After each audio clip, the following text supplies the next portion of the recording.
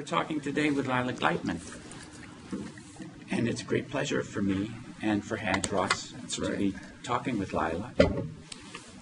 Lila, I first met you in the fall of 1969, which was like very soon, 40 years ago, which is pretty amazing. And you gave, you were teaching Introduction to Linguistics as sophomore, and I was a sophomore. And so you were my teacher as sophomore for 3 years, and then also went to MIT. And you were an amazing teacher, and have continued to be that for a lot of people. And I want to talk to you about your life and career and ideas, and we've been talking all afternoon. The three of us have been talking and telling jokes and talking about Worf and all sorts of things, so I'm not quite sure how to start, but I would love for you to tell all of the people here about how you discovered linguistics and Greek and college and graduate school and all that stuff. Okay, not cars. We'll never get off that topic. But I fell into linguistics by mistake, more or less by mistake. I went to a little college in Ohio called Antioch College, where they didn't teach anything like Greek or Latin, but I became quite enamored with the Greeks at one point and decided after graduation, since I was married to an academic, I could take courses free at the University of Pennsylvania. It was a big deal at the time. So I decided I was going to learn Greek and Latin, Greek in particular. And I wasn't too good at it, having passed out of the critical period for acquiring ancient languages or something. But I was industrious, and I had a wonderful teacher. His name was Henry Herningsveld. I don't know if you know him. Yeah. One of the truly great historical linguists and a man for all seasons. Wonderful, wonderful man. And I was in his class, and he gave me enormous attention. But I had a funny turn of mind, so that recognizable to all of you here, I'm sure. When he would say, you know, in the Greek class, all the people in Athens followed Alcibiades, who was quite a dandy. They even wore Alcibiades sandals. I would tend to say, yeah, let's get on with the next sentence, okay? And he took me aside one day and he said, you know, you're in the wrong department. This was starting graduate school. He said, this is not an insult. I did the same thing. I moved from classics to linguistics. And I think you should move from classics to linguistics. And I'm reporting, this is not an exaggeration. This is actually what he said. He said, and when you go there, you will work with me. There is this wonderful person there, and his name is Zelig Harris, and you will work with him. And I don't know what else was said, okay? But he knew this because I said, let's parse the next sentence, okay? Which was much more Harris than it was me, and that's how I got into linguistics.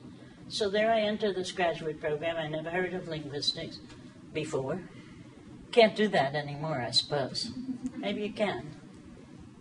But I guess linguistics is much more professionalized now. I suppose people go to graduate school in linguistics, at least had introductory linguistics, or they know what the field is. I had no idea. And here is this guy, Zelig Harris, giving these lectures, and I go home at night, and my husband would say, so what was it about? And I would say, I don't know, but it's really interesting. Harris was not a very organized lecturer. Well, we don't know whether that's so. Okay, as a psychologist, I have to say either he was disorganized or I was incapable of understanding what he was saying, at least at first. But gradually, I sort of began to get I mean, it was wonderful. I mean, you took some courses with Harris, too. I don't know if you have the same. I'm just wondering, when John said he met you in 1969, my year at Penn started in the fall of '62. I was there for 3 semesters, and I took courses with Professor Harris, and my first syntax course was with him. And I just wonder, do you remember, did we hook up ever? What, you weren't... Well, depends on what you mean. You look familiar. Yeah. You do look familiar. Yeah. No, I don't think we met until we met at UCLA. But we could have overlapped by a semester or so. I see. That's possible. Yeah. Because I knew, I read a short version. It must have been there was a series of papers at Penn that were published by, the project was called TDAP, Transformations in Discourse Analysis Project. Right. And it was a big grant, a multi-year grant that Harris had gotten and supported various graduate students and stuff like that. And there were a whole bunch of papers.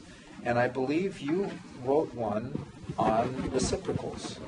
Can that be? Because I know you're... It could be, yes. And because I know, and I think that when I read that, I had also met the author, S. So, but I don't know when it was. Okay, It's possible. It's possible. But the fascinating thing then, it was, as you know, Parisian linguistics was extremely interesting. But it also was the dawn of the computer revolution. Yeah. And in addition to never having heard of linguistics, I also had never heard of computers. I was a refugee from being an English major at a little college. And this was enormously fascinating. Harris said to me, we are doing these analysis of the English language by computer, whatever that was, and don't worry about it.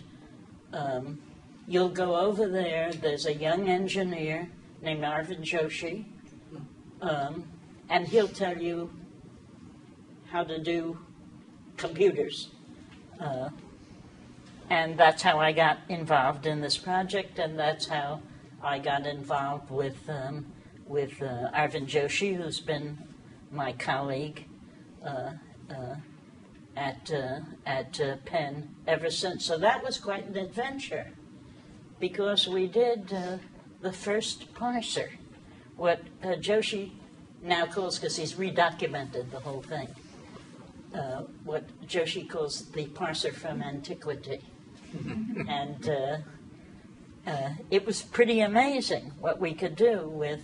You couldn't buy a computer like this. You couldn't buy a device like we had, which was UNIVAC 1. Mm-hmm. You couldn't buy anything that has that little computing power. It's just not possible, okay? But it was the whole first floor of the University of Pennsylvania Physics Department. Any of you been there, Rittenhouse? It was a block long. And it was this computer. It was really wonderful to see. I don't know if you want to hear about this. Yes. I was going to say, this was, I would say, maybe 1960. It was, you see, Eckert and Mockley were at Penn, and then they went to Rand. But Rand was making a fortune on this computer stuff, so they gave Penn this wonderful computer. Okay, first the ENIAC, and then UNIVAC 1. And And it was like being in church. I had never been in church, but if I had been in church, it would have been like church. So there was this enormous lobby, a block long, and in the middle of it there was a raised wooden platform, like a high table at Oxford, and on it there was a man who was, I suppose, the high priest. There was no fans, but there might as well have been. It was the only place other than the movies that was air-conditioned in Philadelphia, because they had these 40 zillion vacuum tubes that they had to keep cool. And we had these huge metal magnetic tapes. They were big. They were really heavy. And you never went near the computer. You went up to the high priest and you handed him your disc, okay? Big Prayer. disc, okay? And he put it in the machine, and there was a typewriter.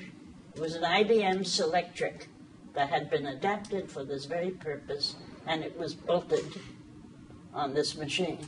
And he put in the disc, and the thing began to clatter all by itself. That's why they had to bolt it down. I mean, it would clatter like crazy, and then it would spit out these long... Anybody here remember these long green dump-out papers? It was really beautiful. It was really beautiful. But... Oh, green and white. Oh, green and white, exactly. Yeah. Green and white Oh, paper. yeah, green and white, yeah. Almost zero computing power, I would say. As they used to say, it had 64 characters, whatever that means. And yet, the redocumented parser from antiquity didn't do that much worse on the Wall Street corpus than computers today. I mean, this is very interesting because Noam Chomsky was around. At this time, he had just graduated from Penn, and he kept dancing around, as he would, saying, "You can't do this. This doesn't make any sense. You're not going to be able to do this. There are problems you can't solve this way." And it's very interesting. I mean, he was right. About 90% of these, I'm making this up, but that's what I think. About 90% of the problems that you'd want to solve as a syntactician are pretty easy. They're sitting there sort of more or less transparent. Maybe you have to be smart, but all right. But the last, to get it right, to get the really deep stuff that really characterizes, that's what you can't do. And we couldn't do it, of course. And they still can't do it. I mean, to me, it's very interesting. I go sometimes to the computational conferences. And so when I started in this business, IBM was trying to make a machine that you could put in the airport, and you would walk up to the machine and you would say, "I'd like to go to Poughkeepsie sometime on Tuesday. Got any planes that go there?" So very, very narrow, like when you call up the doctor and the menu says blah, blah, blah, blah. Can't do it. Today, this was like a year ago and I think it was either at AAAS or at the ACL. These guys come and they're making this machine to do, guess what? You could go to the airport and ask them, could you get to Poughkeepsie? But they can't get it to 90% accurate. Chomsky saw this problem very clearly at the time, so I don't know. Eventually I stopped doing that. So what's your next question? So you studied with Zelig Harris. So I studied with Zelig Harris. What intrigued you about what he was doing? Or what were you doing with him? Well, again, in some ways, in retrospect, I found it parochial with respect to the kinds of things that I eventually became interested in. First of all, he said I should do of. I mean, there's something wrong, in my view, with an approach to language that says somebody should do of. Okay, that's just a good way to waste your life. Okay, but even if I wasn't doing of, sheer distributional analysis with no connection to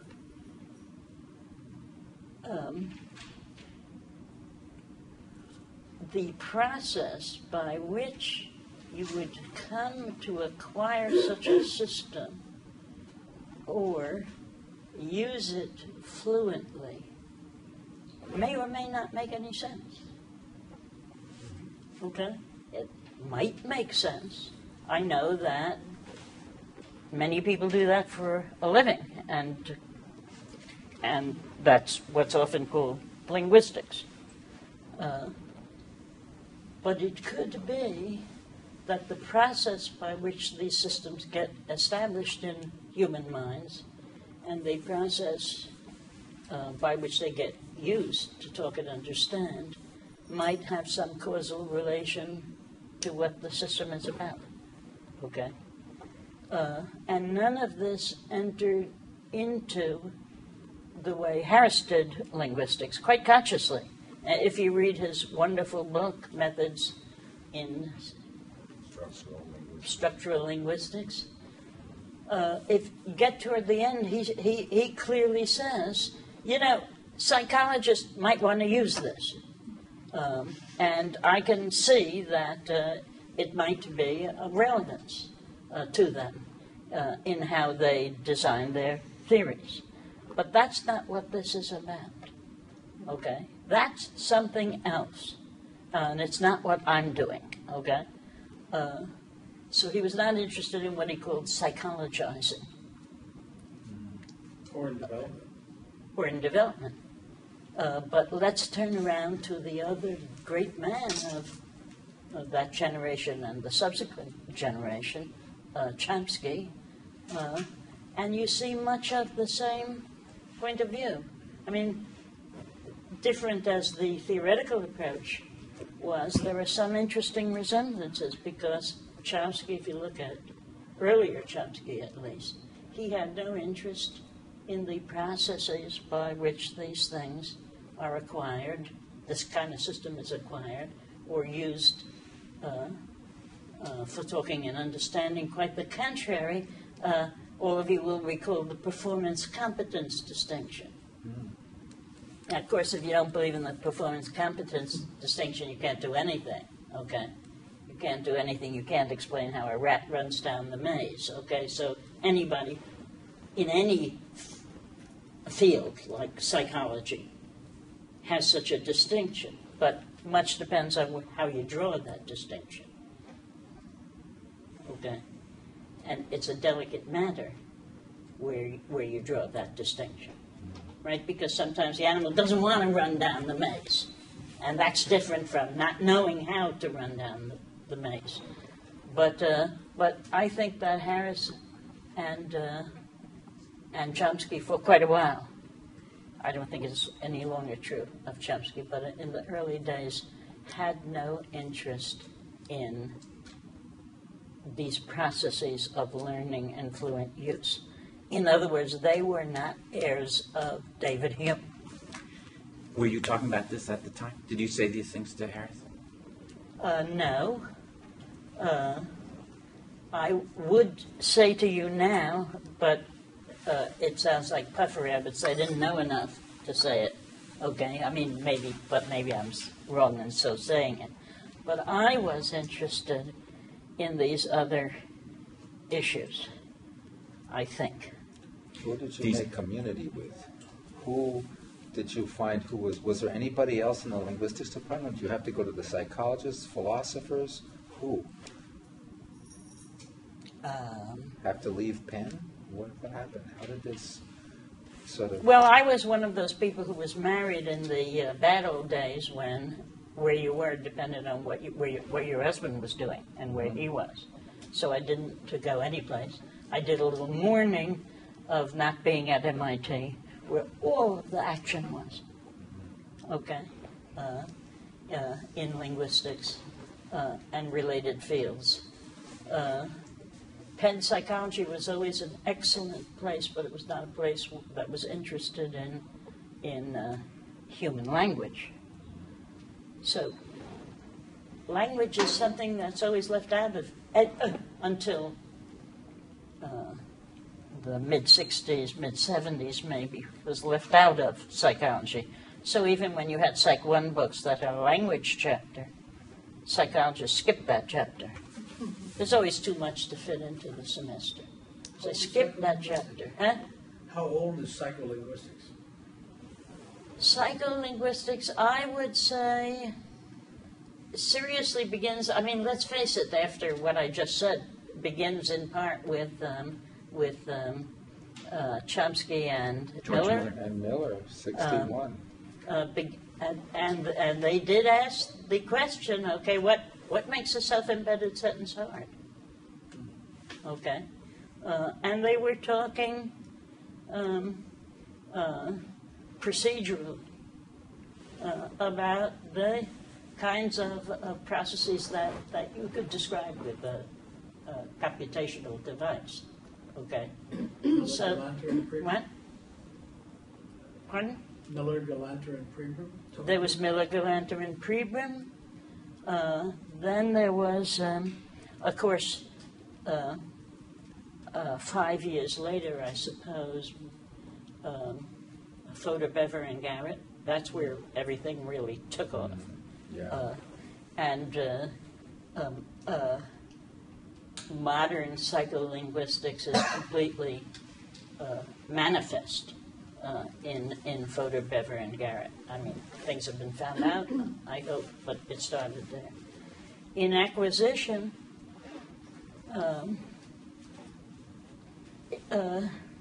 Roger Brown at Harvard, but acquisition was a stepchild, certainly in linguistics. Okay, really smart people in the MIT linguistics department didn't do acquisition. Maybe a few people who weren't doing, they were getting B's or something. Yeah. They did acquisition. Similarly, in psychology. In psychology, it was very, women, listen to this. In psychology, it was very upper class to study learning. But in the rat or other creature in whom you have no social investment, but the minute, and don't think this has gone away. If you study human learning, you study the origins of knowledge in humankind, means that you're studying babies, and they're so cute. And the establishment still says that's not really kosher. It's not really looked up to. It's what girls do because they love babies, right? So acquisition, sort of. There were a few people who did that, but it had a much slower genesis. Certainly some of your in the students. field. Pardon? Certainly some of your students. Oh yes, but this was already the 70s, right? Yes, I mean, of course there were always incorrigible people. So, Lissa Newport, this is by early students, Lissa Newport, Susan Golden Meadow, who's here, and Barbara Landau. That was the first generation of people who weren't going to be ruled by fashion.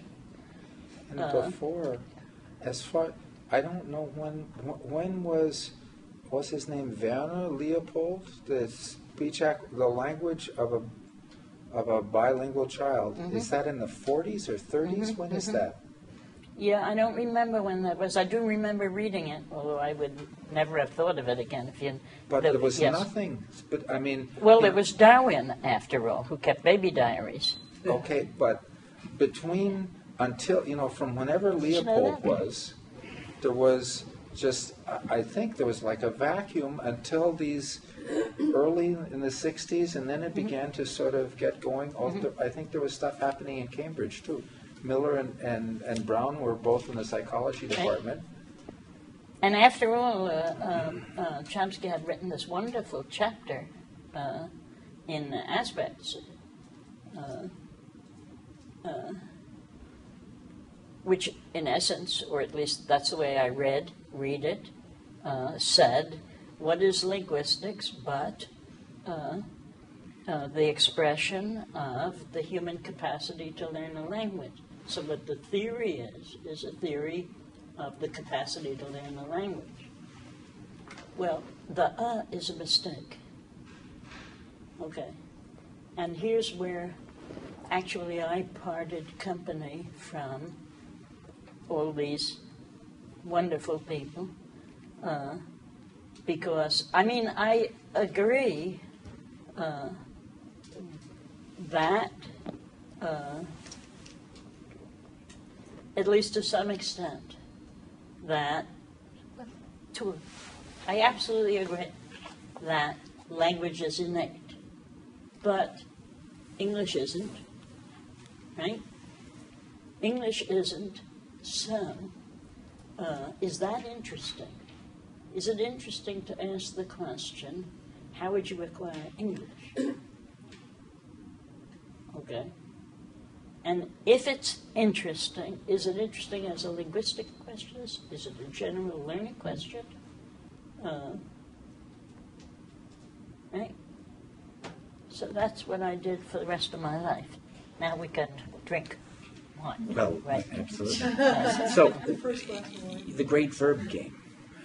The great verb game. Great verb game is a great game for people who love to look at English, because if their language is something else, they could do it with whatever language. But if you love playing with your language, then it's going to make more sense to you to say, yes, I want to understand how somebody could learn English. You have a sense and appreciation for the fact that it's Okay, so we should let them in on this. Yeah, okay, that's right. yes. So what's the great verb?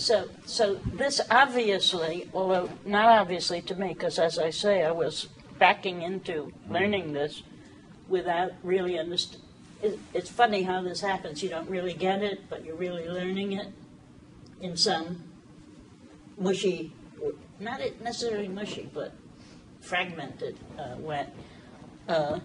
By a non-coincidence, which most of you will recognize if you're a linguist, I began playing this parlor game with my friends, where I would give them structures represented only as noun phrase, verb, noun phrase two, and so forth and so on, and give them what really came down to subcategorization frames. And I'd give you one, guess any verb, then I'd give you a second one, a third one, a fourth one, and this interesting thing happened. The verbs that you were guessing came from a narrower and narrower classes, and very often you were able to find a unique verb. Especially if I gave you some that don't occur for that verb. So you see what is being done. Could you give an example? Yeah. Oh, I could give an example, sure. So if I said noun phrase, okay, we have to say the entailment structure is the entailments are the same. Okay, of both of these. Noun phrase one, verb, noun phrase two. I'll make this easy so we don't waste time. From noun phrase three. So you might say, take. John takes candy from a baby. Okay? And I say, well, here's another one, same entailment structure. Noun phrase, verb, noun phrase one, verb, noun phrase three. And noun phrase two. And roughly speaking, it means the same thing.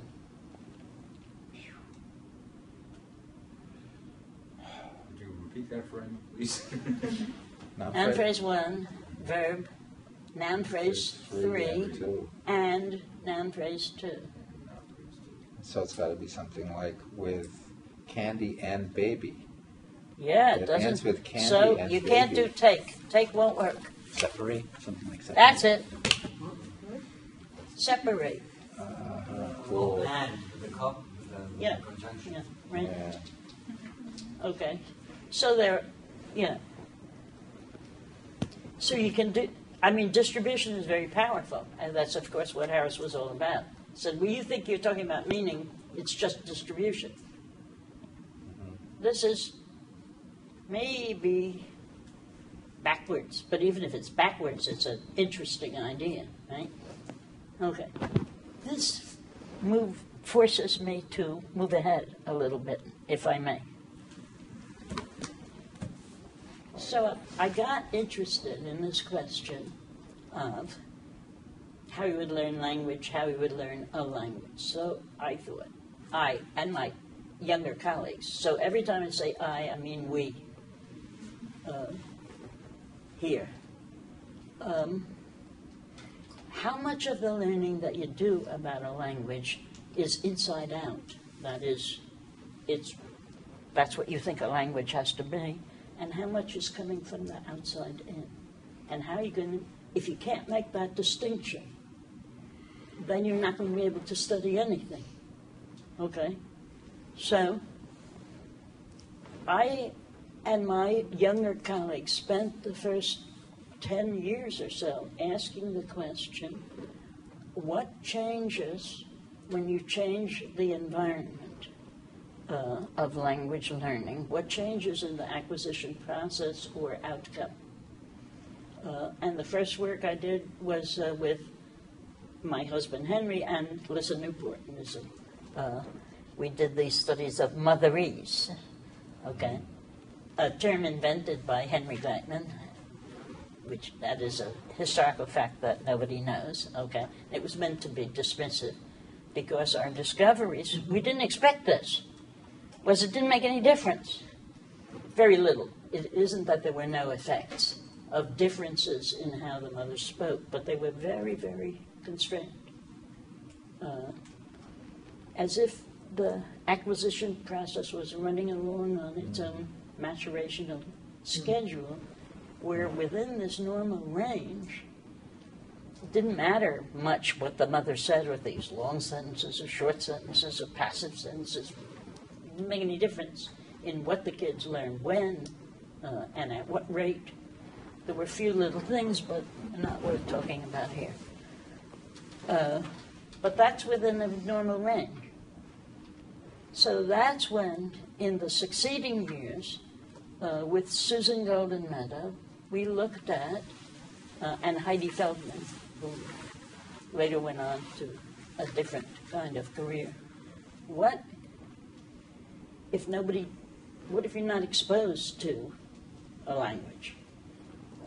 Because we had heard about these cases of deaf children who were isolated, didn't learn sign language, didn't learn English because they couldn't hear it, but who were known, have been known since the 19th century at least, to start to gesture.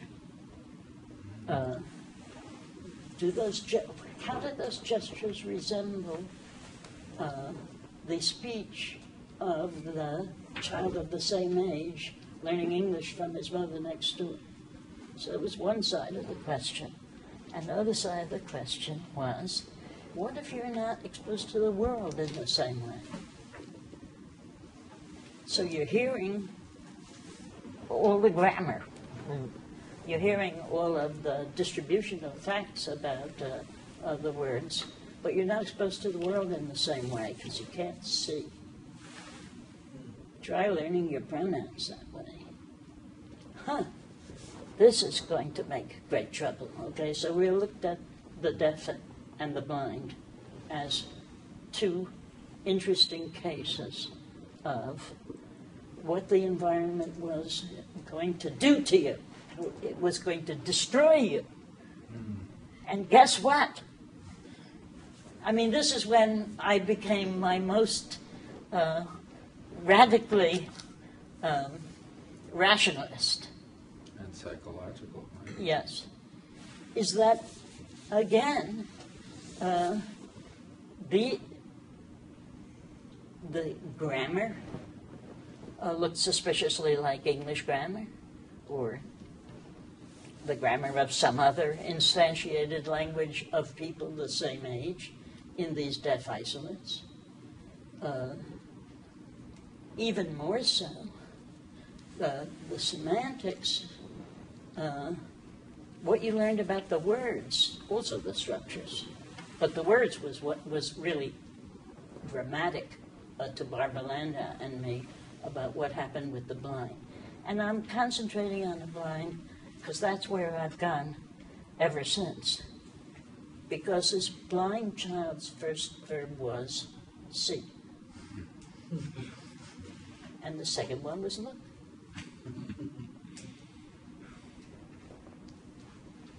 Which eventually was, in my mind, related to the great verb game. Yeah.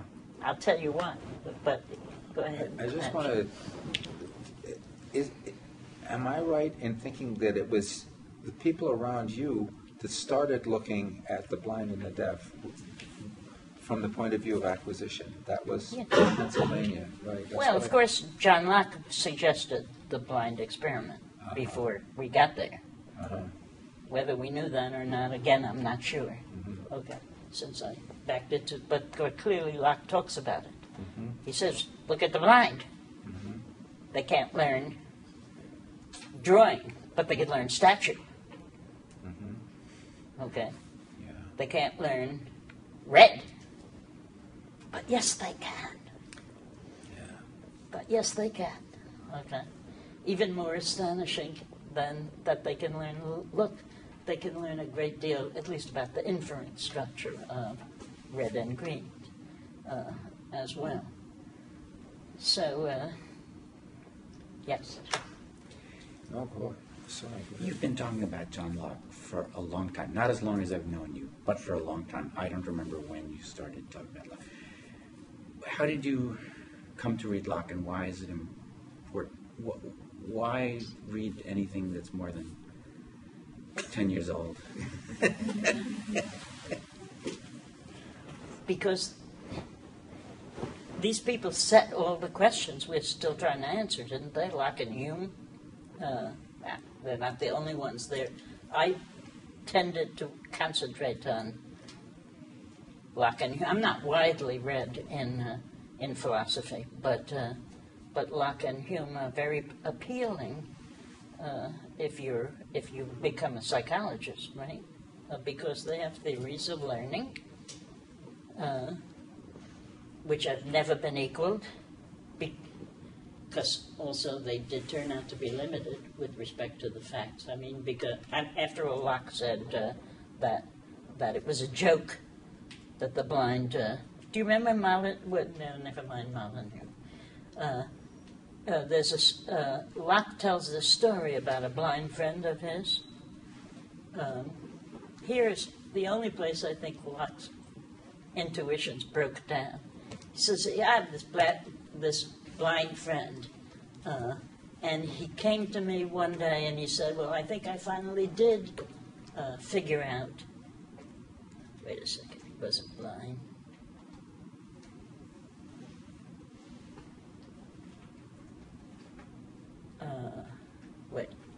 Yes.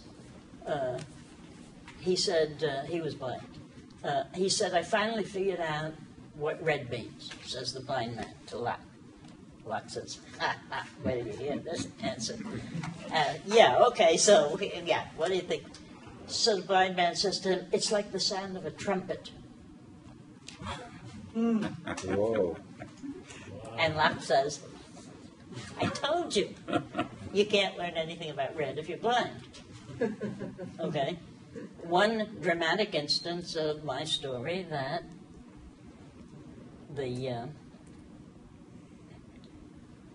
learning is from the outside in. Mm-hmm. Except these people to me were also very interesting because much more clearly than people who call themselves empiricists today, they said, listen, you got to be born with some innate ideas, right? So, and Hume in particular emphasizes this, right? You couldn't get any place without it, but it's a much narrower repertoire than you might countenance today. So they're clearer on that. And some of the empiricist conversation in psychology today I find bizarre in not recognizing that there's got to be some basis on which you begin. So it's very... So I don't know why or how I ever read Locke and Hume. That's the answer. Okay. I have no idea. You wrote your dissertation around the time, or maybe just before I met you, and you were looking at compounds in there, and you had surprising results about different groups of people and their judgments on paraphrasing compounds. Yes, again, that's true. I mean, there's sort of a vague connection among these ideas. Because, again, there was this story that there was this ideal speaker hero who understood everything, and there was this royal road to doing linguistics. You could get judgments of grammaticality, so people knew what they knew in some Kantian sense, right? So you could find out how language worked just by using this tool. Right? And insofar as you're a linguist, that's probably what you do today, right? That's the only tool you use. Well, Judgments of grammaticality. Well, now there is corpus. There are huge corpora with hundreds of millions of words, and there are people who really know how to mine those. Yeah. Yes. All right. But it's just more Zeta-Yaris, distributional analysis. That's computationally respectable. Mm-hmm. But it's the same, right? It's distributional analysis. Yeah. Well, there's you folks too who do all kinds of slicing, with dichotic listening and eye tracking and stuff like that. When you feed people a sentence and see what they're doing with their eyes when they're reading a sentence and when their eyes stop it. So there's a lot of psycholinguistic stuff too, right? But you're right. The basic stuff in syntax, it's armchair syntax, and now there's this new stuff on corpus linguistics. And anything extra, I guess, then it's sort of like you leave linguistics, right? If you're actually going to have subjects and do experiments, that's not really syntax. Can you get that? Can you get that? I don't know. It sounds like a parody, but I don't know. Well, yeah. Well, to some extent, I mean, the methods define yeah. the discipline, and the discipline defines the That's methods. right. And of course, this is a wonderful and highly productive method. But first of all, there are other ways to get information, which might be not just other ways to get information, but might be giving you other kinds of information. For instance, you mentioned eye tracking. It isn't... Yes, you could answer questions of... you could even use the brain, God forbid. I mean, it's like a sledgehammer, but the tools aren't very good. You could do judgments of grammaticality by looking at brain waves, okay, if you were crazy, but there are people who do this. And you could do it with eye tracking, but you can ask other kinds of questions with eye tracking, okay? Like, how do you interpret a sentence as it unfolds over time in the year? That's a different kind of question, interesting question. It's the kind of question that Chomsky found utterly uninteresting.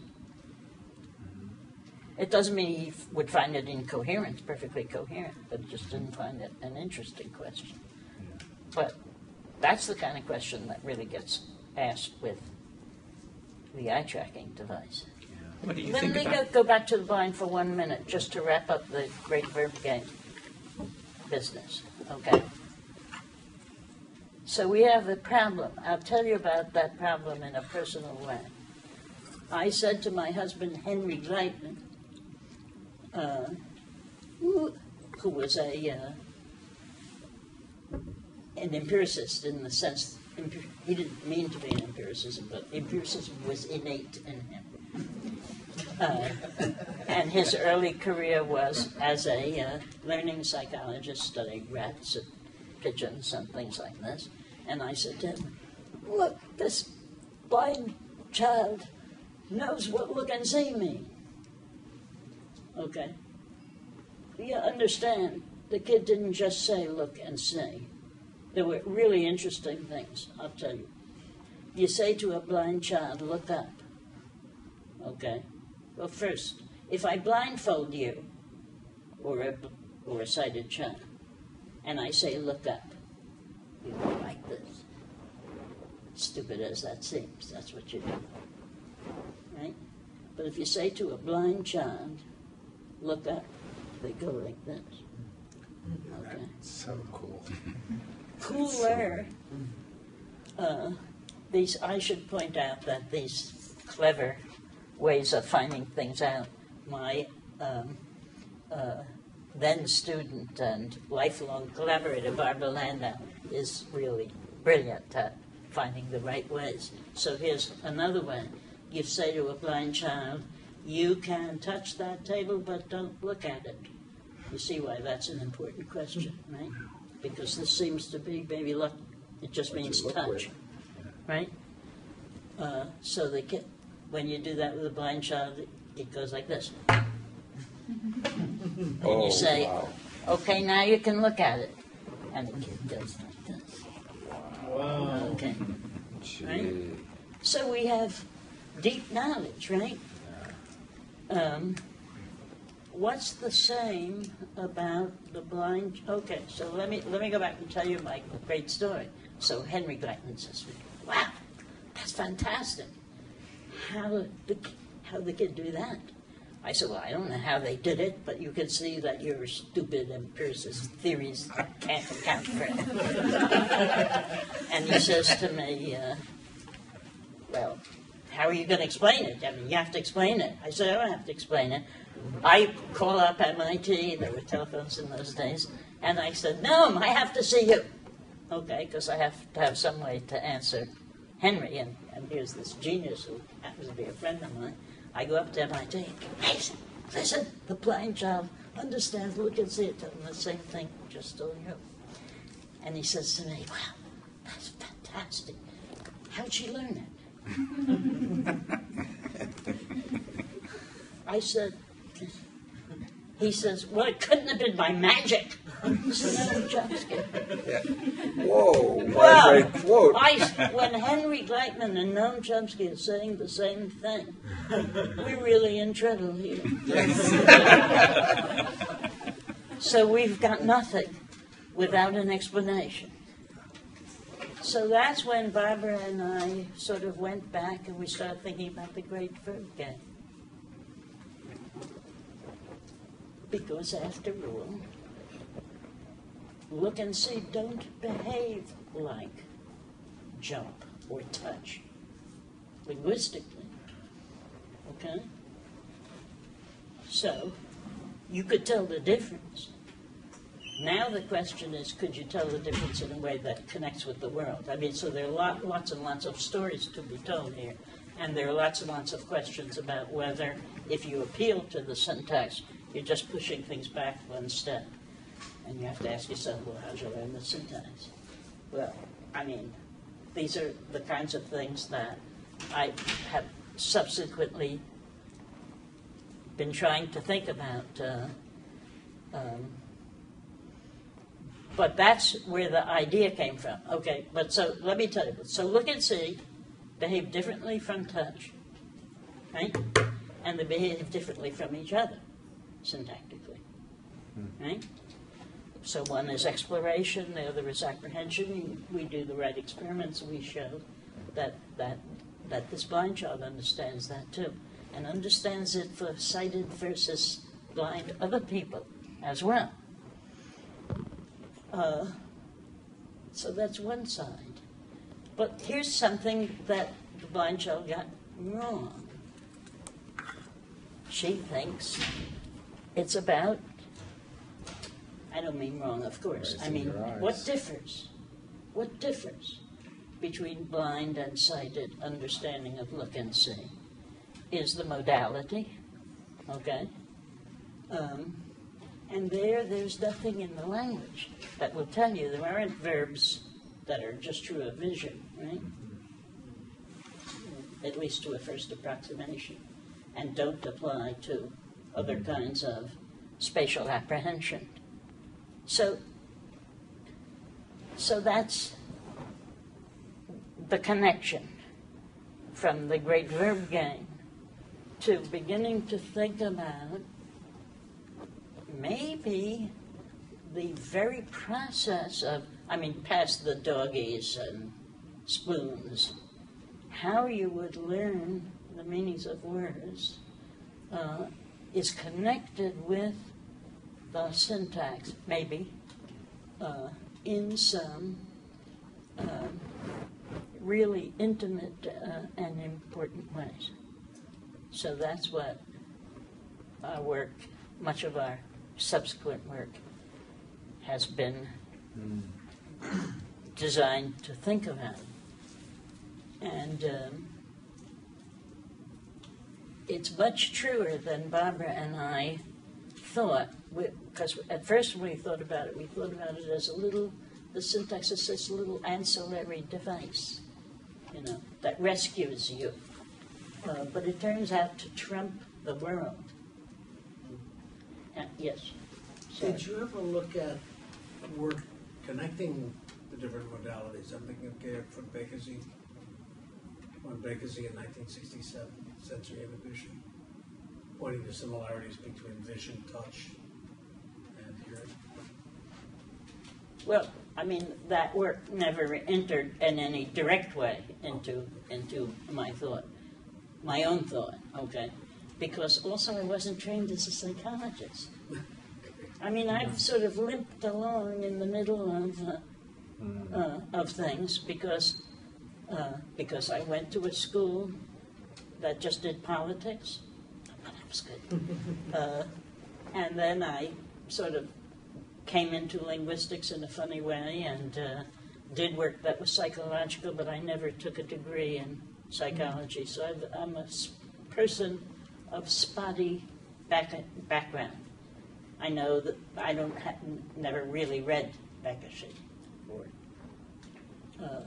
but the spatial senses do act alike, and they're different from the chemical senses. But I don't know much about that. Can I ask you? Yeah. Because there's a paper that I just thought was phenomenal. I wish you'd just talk about it, and if you can make a bridge from what you've told us already, because I think this was sometime in the 80s that you talked about it. It's just the kids who had reading difficulty, and you helped them in the public schools. That wonderful project. I just thought it was so cool. Well, and if there's no bridge, okay, but the bridge isn't, and you asked about the phrase and paraphrase, the compound. Starting at a conference that you and I attended 77. In 77. It was called Individual Differences in Language Ability and Behavior. No, I'm talking about an earlier conference we went to. We went to UCLA, where they paid us a huge amount of money every day. Yes. And it was a project by the Air Force. By the Air Force, Barbara Partee, Paul Schachter, and Bob Stockwell. Bob Stockwell. This was 1967, something like that. And since we had solved the problem of English grammar, ta-da! we were all invited there with lots of money paid to us. We were nothing but graduate students, right? Yeah. A lot of money to go out there for a week and to write or begin to write the final grammar of the English language. So they had Gleitman, who wrote this little dissertation on and.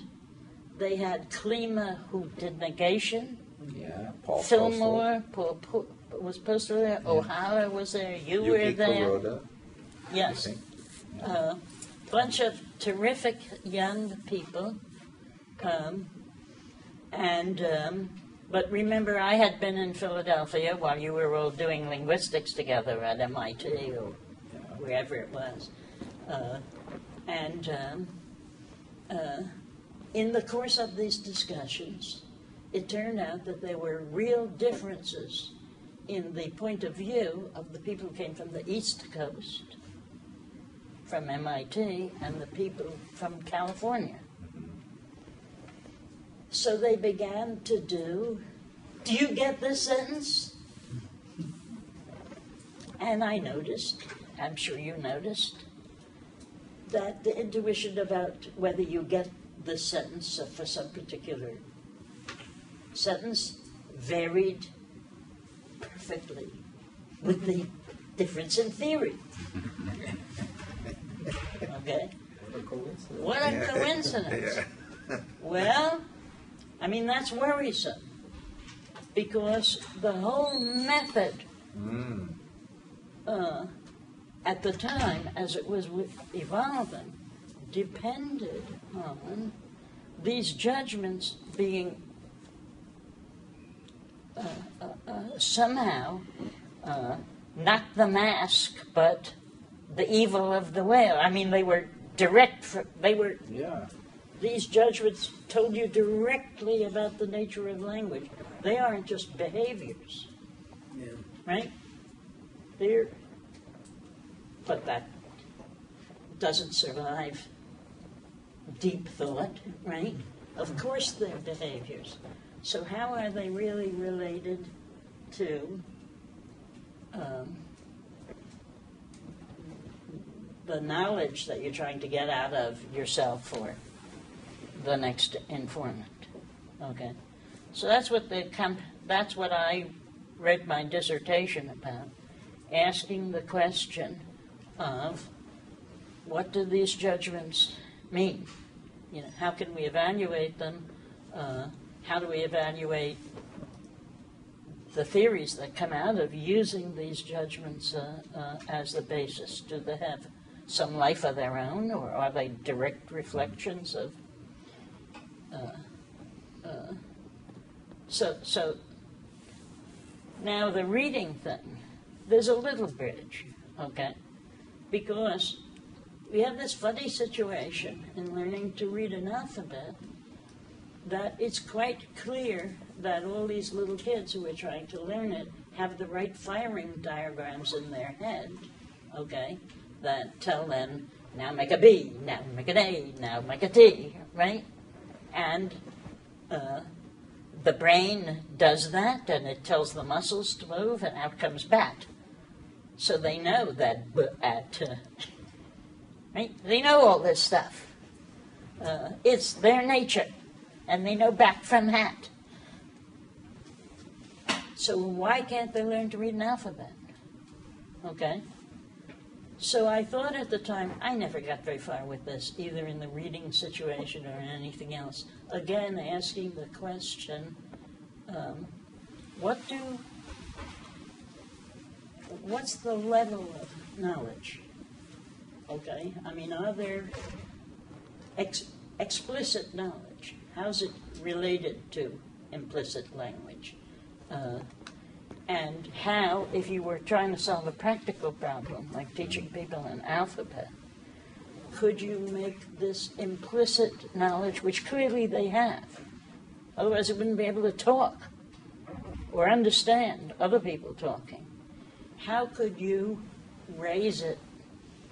So that's what we call metalinguistic. It's a funny way to use a term, but that's a term that we used, okay? How do you do that, okay?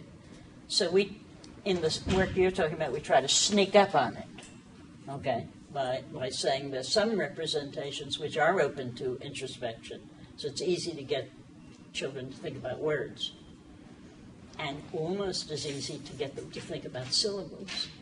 So we're going to sneak up on the phoneme in reading by going through an evolution. This was really Paul Razin and me, and more Paul than me, going through the evolution of writing systems as our way of teaching reading.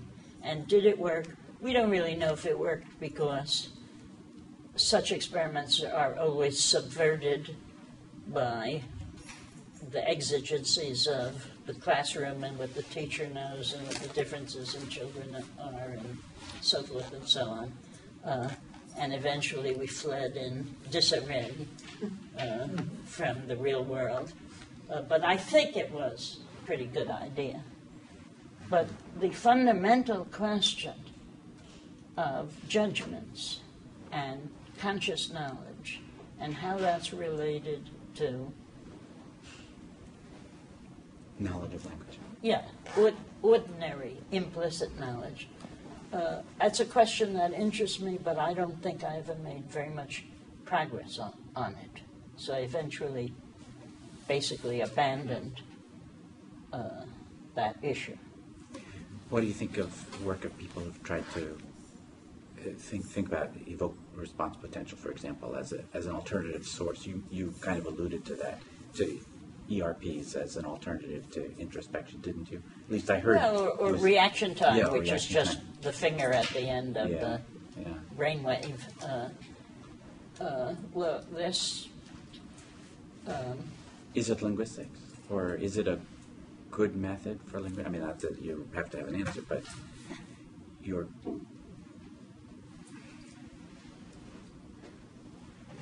Well, it's a different kind of question. Okay. I mean, how do you carry out these computations in real time is a question that I think is more intimately related to what language is than some linguists might think.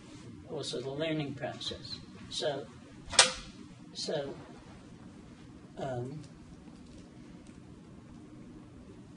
I believe, but this is what I believe at the moment. Everything I've ever believed in the past has turned out to be wrong, so this one is only different because it's my present-day beliefs. That the way you lay down this knowledge as you learn a language influences what it looks like forever and ever and ever. And how you process it in real time influences how language is represented forever and ever and ever. So I believe these things, and I have some fragmentary evidence of one kind or another that makes me think that. So, let me ask. Yes. So supposing you're a hearing person, until 25 you have a bad neurological disease that comes through, wipes out your hearing, and you become a signer. Are you then, the way you're going to sign is going to be influenced because you got, your first window into language was through the ears? Is that a kind of consequence? Would that be something you'd expect or not? Well, I wouldn't expect that too much. There's a guy named Reed. Okay. Reed is his name. So it Who throws studies them off. invented spelling. He's, you know, a grown-up old person by now, okay? Charles Reed, that's his name. Very interesting linguist. It's frequently the case that these kids who invent writing, Writing. can't read what they wrote. Well, they can't read real. And they can't read real stuff Yeah. either, okay? First of all, yeah, I think Sorry. yeah. Oh, I'm sorry. Yeah. they get, most of them, these are 3-year-olds, but it turns out when you look at 6-year-old ordinary learners, they look the same. I'm sorry, can I? Yeah. What does it mean that they invent writing? All of a sudden, they send you a note that says, "I hate you, Mommy." Okay? But nobody taught them to read. And it's spelled in very weird ways. Often, there are no vowels, very often. Yeah. When you reconstruct what they are putting down there, it looks like they've learned it from alphabet blocks. So they know the tense vowels, okay? So they know A from the A, but now when they have to do A and E, there are no such alphabet blocks. So now the question is, they know that they're going to choose some vowel, okay? So suppose they have to do E, okay? It turns out they're pre-vowel shift.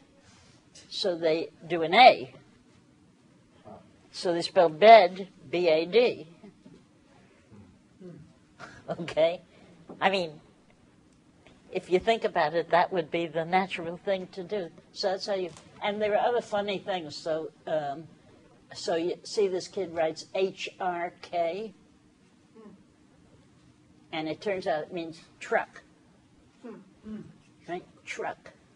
So what's the alphabet block that has ch? It's H. Okay? So this guy is fascinating to read, that is, on how he reconstructs what their analysis of the language was and where their partial information seems to have come from. But now they seem to have trouble reading what they wrote. And they go through the same learning to read process as other people. They may be faster. They're generally very smart and verbal kids. So they may learn to read very fast, but go through the same. Could that throw them off, the fact that they have this already sort of a mindset about how, words should look?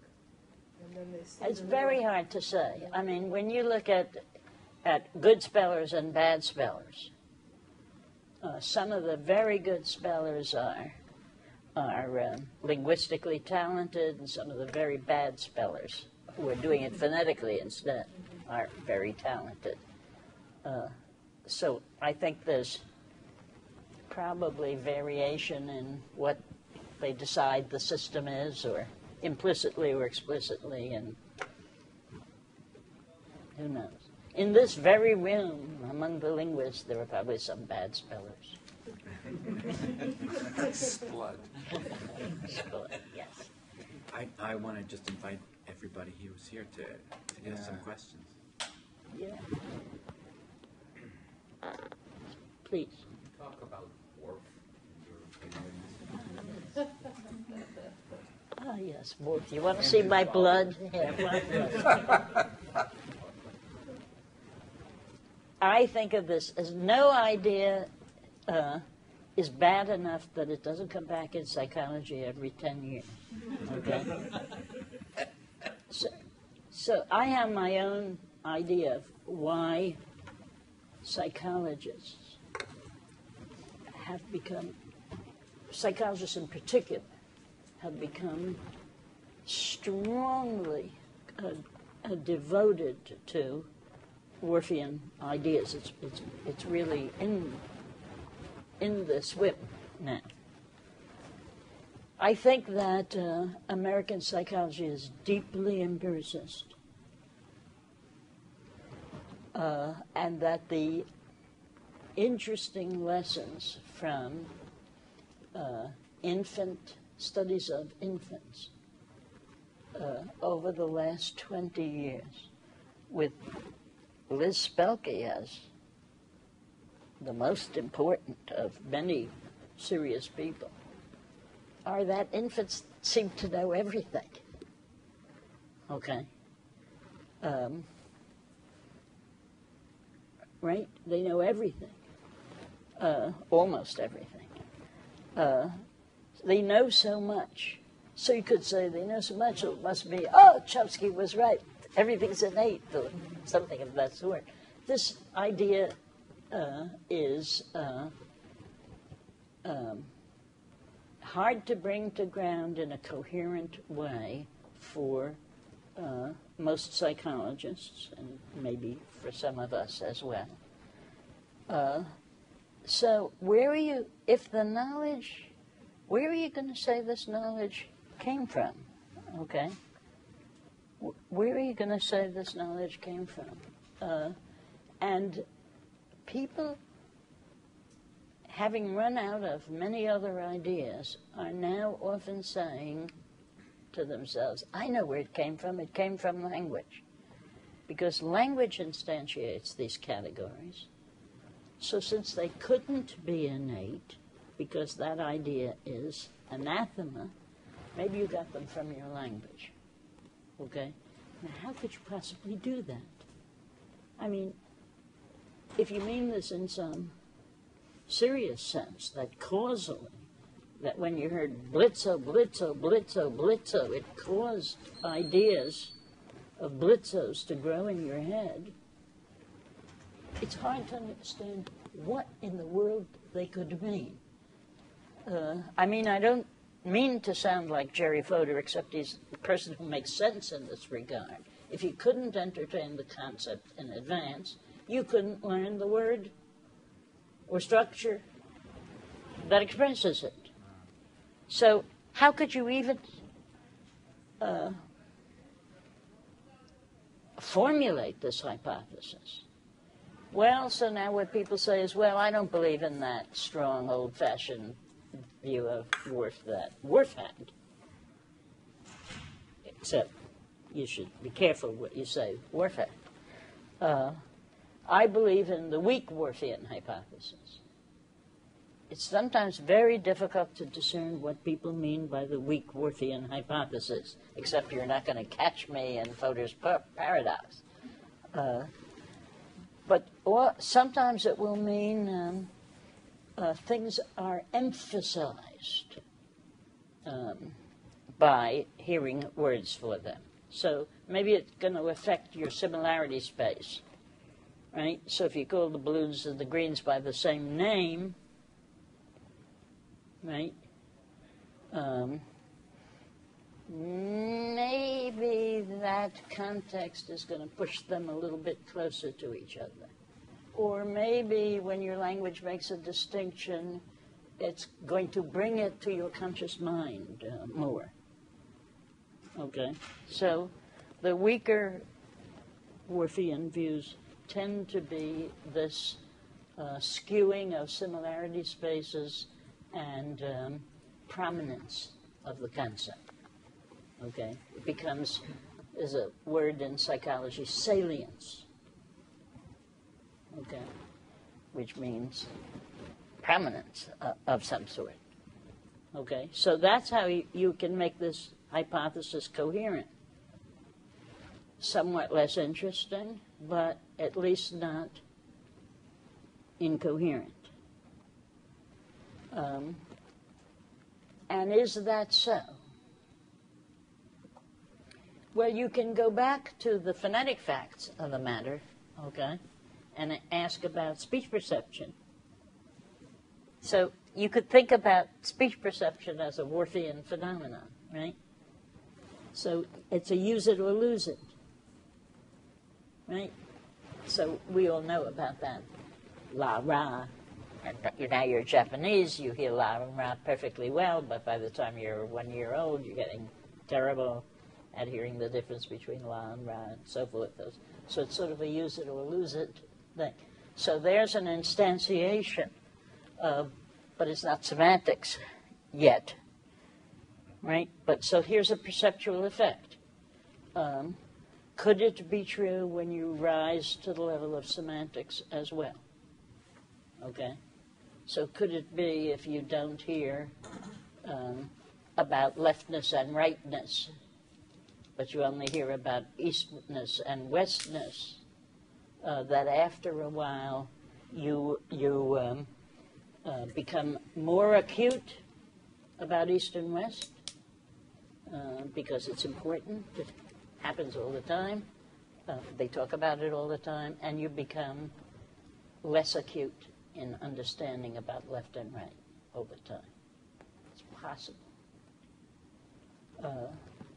In that case, I think the evidence is very good that that's not true.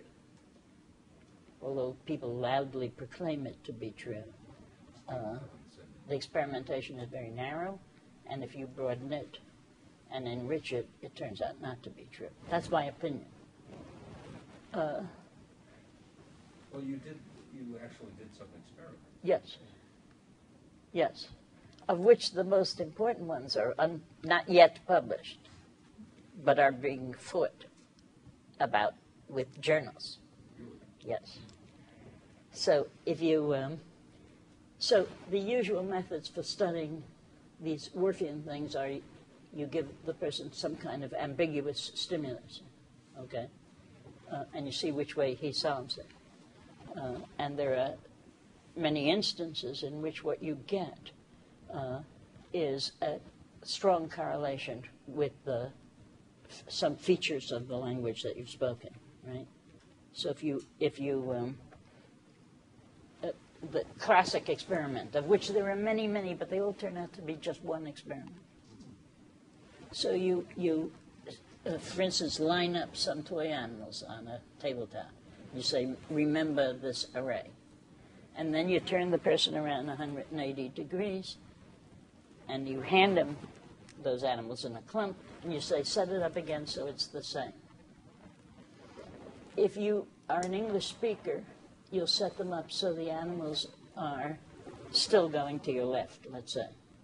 But if you're a speaker of a language which doesn't have terms for left and right, you'll set it up so they're still going to your east. Okay? So this looks transparently like a Worfian effect, right? If they all understand by the same to mean the same thing, okay?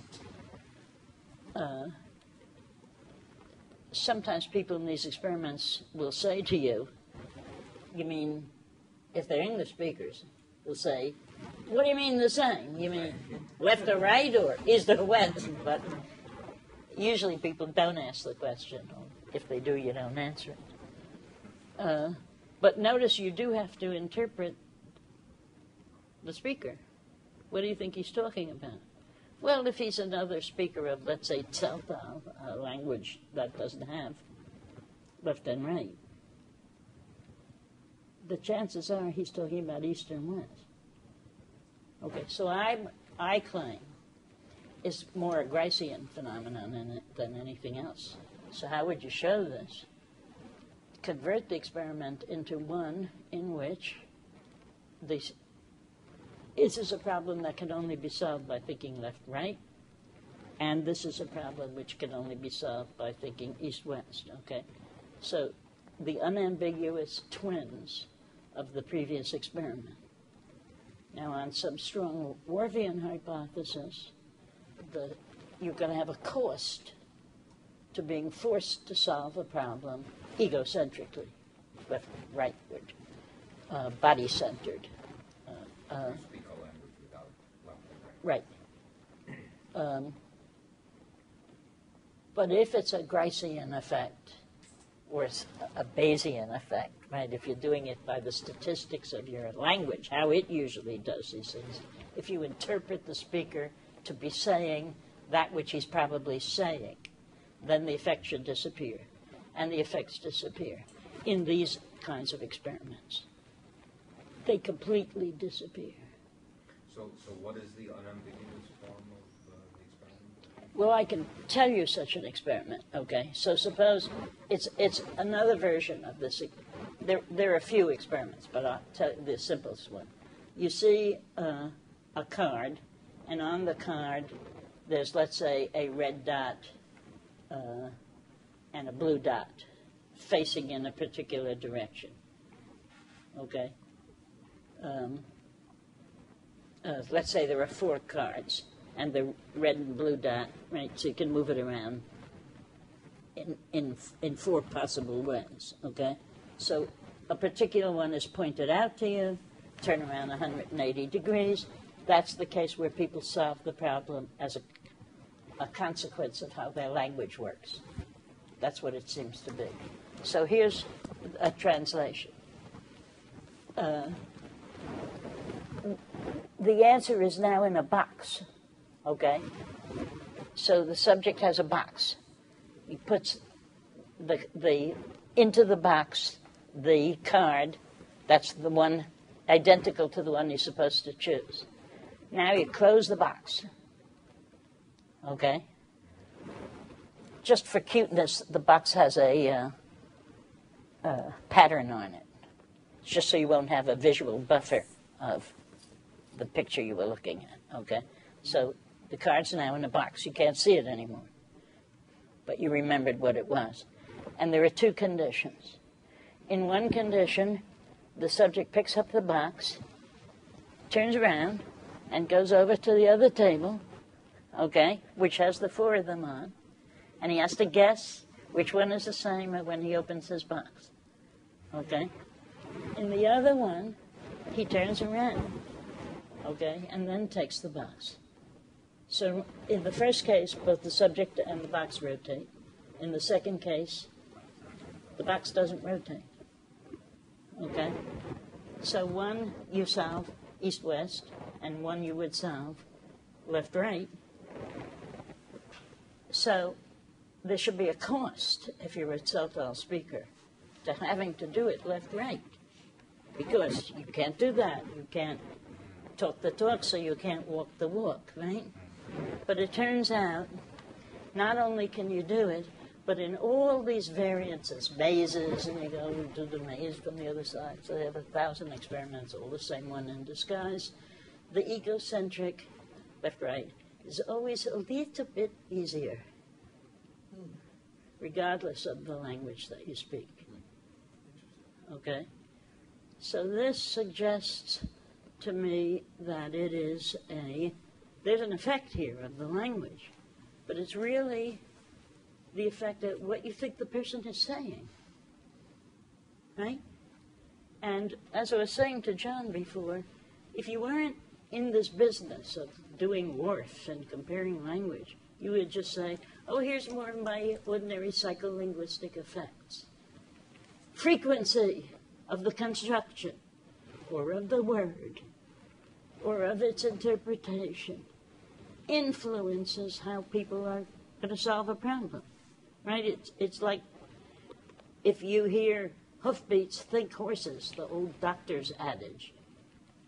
Probably not a unicorn or a rhinoceros, right?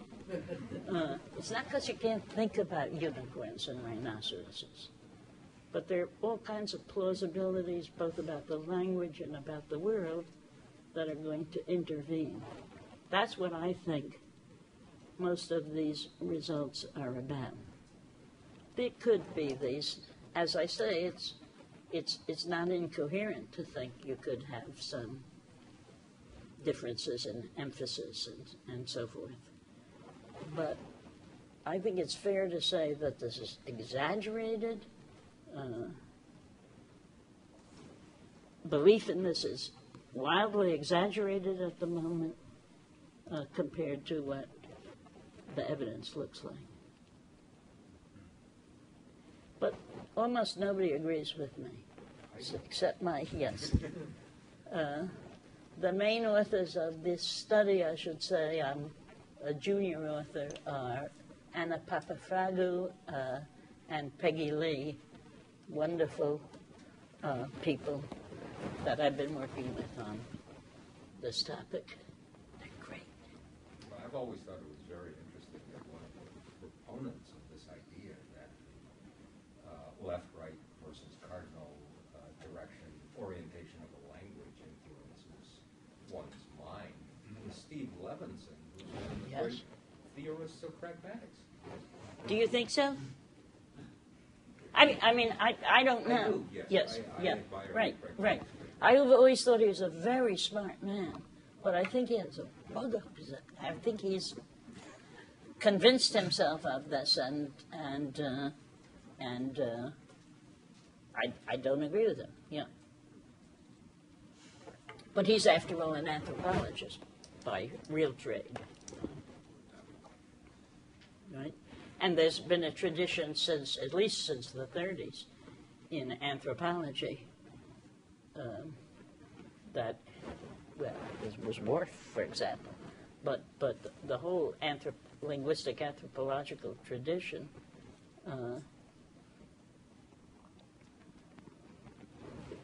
gave a strong causal role to language in organizing and channeling thought. Sapir, who was, I guess, Worf's teacher in part, right? So it's not that surprising.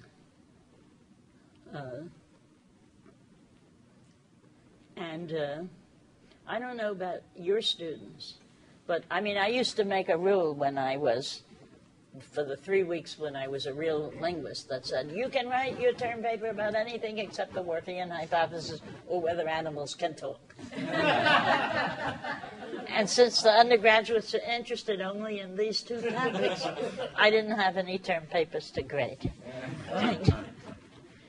But it's a very appealing and intuitive. So somebody said to me, some really brilliant, famous psychologist, person I deeply admire, so it really hurt my feelings. She said, I don't care what you say. When I go to Paris and speak French, I feel like a different person. Well, that's true. That's true. When I go to Brooklyn and I hear that chop chop of chopped liver, I feel like a different person. But that's not the Worfian question, right? But I think maybe that's what's so appealing about it. I mean, you sort of, these deep social, cultural properties of language use that draw you into belief in this kind of hypothesis. Or maybe it's empiricism that demands some external way of explaining your conceptual life other than that it was born into you. I should have said when you asked that question, don't get me started on that one. Right. Okay. Bill, you wanted to ask about innateness. Well, I wanted to ask about innateness, but I'm almost tempted to start with the second question first. How did you get into second language acquisition? And then I think, in a way, that's to segue to innateness. Well, so it's another way of asking the question. Well, there are a couple of issues here. For one thing, you could say, how about varying the state of the brain? Okay, so we vary the environment. Now what happens to language acquisition as a consequence of differences in brain organization? So you could look at Down syndrome, Williams syndrome, as many of my colleagues have, a little bit myself, a brain injury, or that other pathology, their effects of the maturational state of the brain on language learning. Well, we know about such effects. They can't be gainsaid, okay? On the surface, at least, there are these big differences. So you're 14 years old, you got an accent. You're 12 years old, you don't have an accent. It's not as clear as that, but it's pretty clear. I mean, it's really, there are these maturational effects which are quite strong. There are differences in the where the second language ends up in your brain. Although these turn out to, everybody's very, where did you think it was if not in the brain?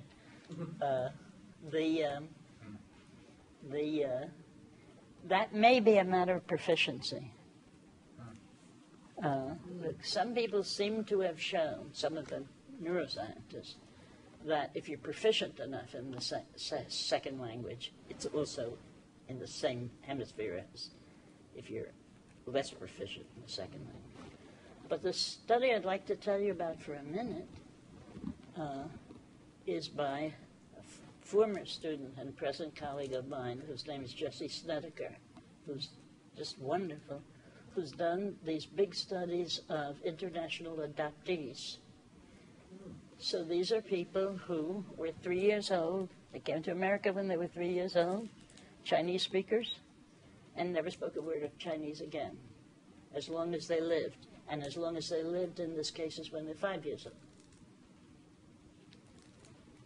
So now we can ask the question. We're, after all, within anything you'd want to call a critical period, okay? But, all right.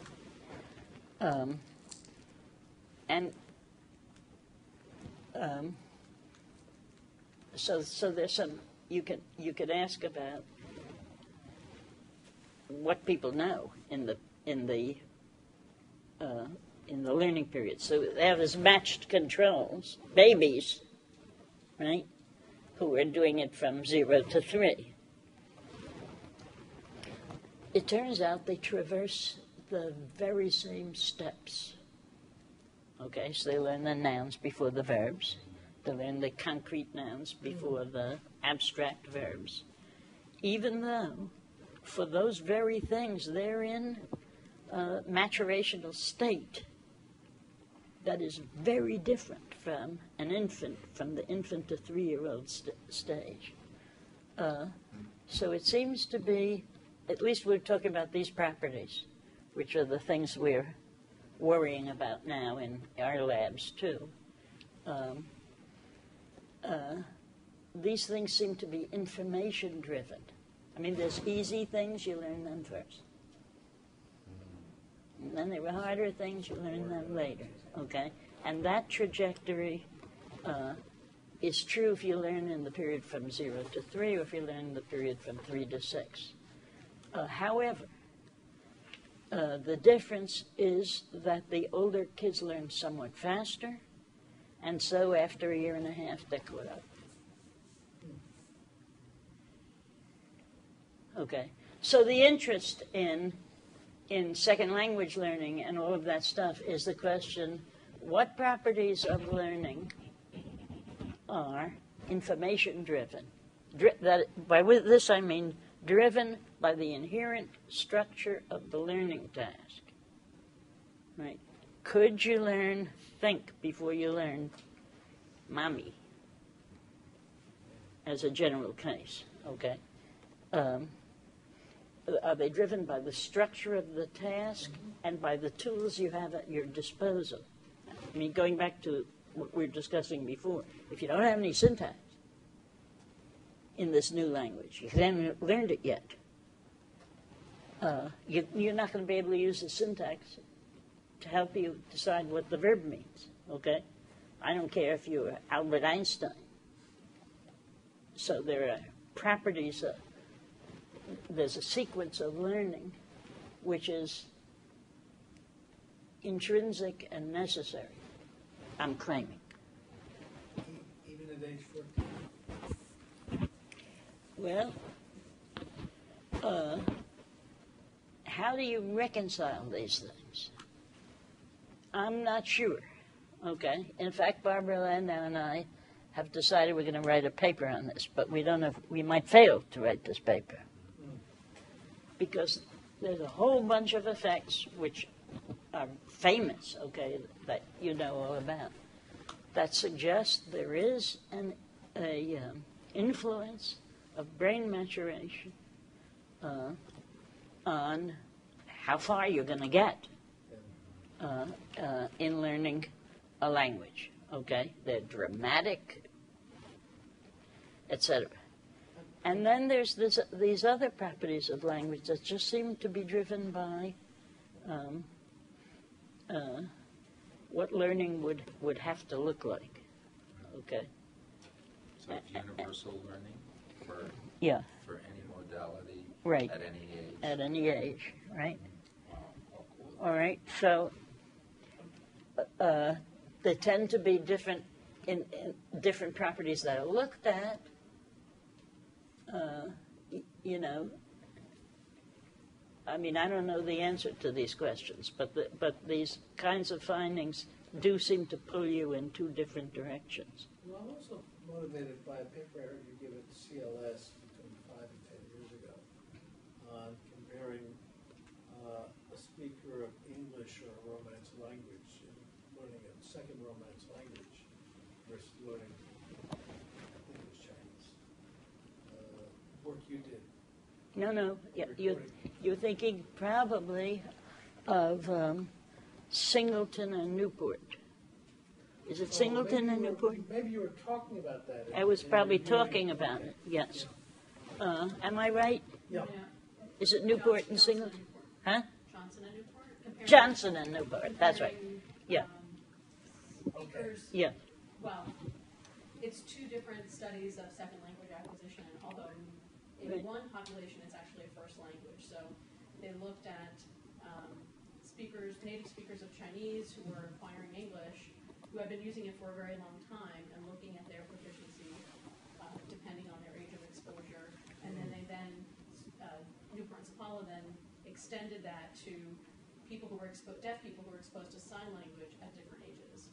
And they showed essentially the same pattern of declining proficiency with increasing age of acquisition, but also a huge increase in variability. Yeah, but also a difference between those things dramatically, but also a big difference in whether you're a German speaker learning English versus a Chinese speaker learning English. That was Okay? Yeah, that's a Yeah. difference. The difference Yeah. is, That's not Newport though. oh, Yeah. I'm not familiar with. I mean, I've heard of that word. Well, she told me that, but maybe it's somebody else's work, but I don't think so. I think in part that's her work. yeah, The window closes much faster if it's a language of a typologically extremely different sort. So I know what Lissa told me is that if your language really doesn't have any of this kind of profusion of closed class junk, I mean, that's not the right generalization, but that's an I mean, not only the junk, but saying closed class is too coarse. But you know what I mean. Language which tends not to have rich resources of that kind and to use other devices, you have big trouble learning any language which is heavily inflected and so forth. Okay. English, of course, not being an extreme case of inflection, quite the contrary. Okay. But there is a problem. There is a difference in typology in when this window of opportunity seems too narrow and close. Plus, was this motivated in part by your interest in nativism? yeah, sure. I mean, again, it's this business of disentangling. I mean, the whole group of people who study this sort of thing are interested in disentangling these questions of what's part of the equipment that comes from nature's factory, Yeah. and barring the most extreme environmental interferences, getting locked in dark closets and beaten like Genie, barring brutality and total isolation, what comes naturally, okay, as opposed to what's heavily influenced by the environment. And if you can't get those things separated to some level, then you can't study learning, okay, because they don't mix well, okay. You just lose any ability to give causal explanations. So that's why everything that nature offers and experimentation gives you some hints too. Well, let me push the question to John's story. Oh, sorry. I was just going to say, we just have time for just a little bit more. We've been going over an hour and a half. Oh, well, shut up. there any other? Actually, I'm afraid of that. Please. Yeah. Hi. Just really quickly, I wanted to get your opinion on the second half of your undergraduate essay ban on animal language, or comparing, looking at, I mean, I assume sort of origins of language or primate models or things like that. It was an interesting thing to lump in with papers on working in hypotheses. So I'm just kind of wondering whether or not you saw that as not complementary to the study of linguistics, or is a dead end, or is just something that undergraduates are sort of too interested in? Well, again, push them in that direction? I think it helps you parse the problem, right? So Dave Pramack said to me many years ago, the only way you could ever think that this chimpanzee is stupid is by forcing him to do it with sequential language. Okay? Because conceptual sophistication of and social sophistication of primates, and not only primates, Rico the dog, and so forth, is easy to show. But when you try to get them to do it, as Pramack called it, syntax schmintax, that you can make the animal look stupid. Okay? So, yeah, whatever it is we have that we call language, their communication systems look very different. First of all, there's a lot of understanding and very little production. Okay? So the chimpanzees and monkeys have very, very few calls, but they make a lot of distinctions for instance, they know they have these divine tree structures, but they're of the social position of every one of, let's say, 60 or 80 chimpanzees in the, and you show some things that look almost linguistic, but they aren't. You'll see what I mean. There's a new book which won the title of Best Book Title of the Year by Seyfarth and Cheney, and it's called Baboon Metaphysics. There's a title, right?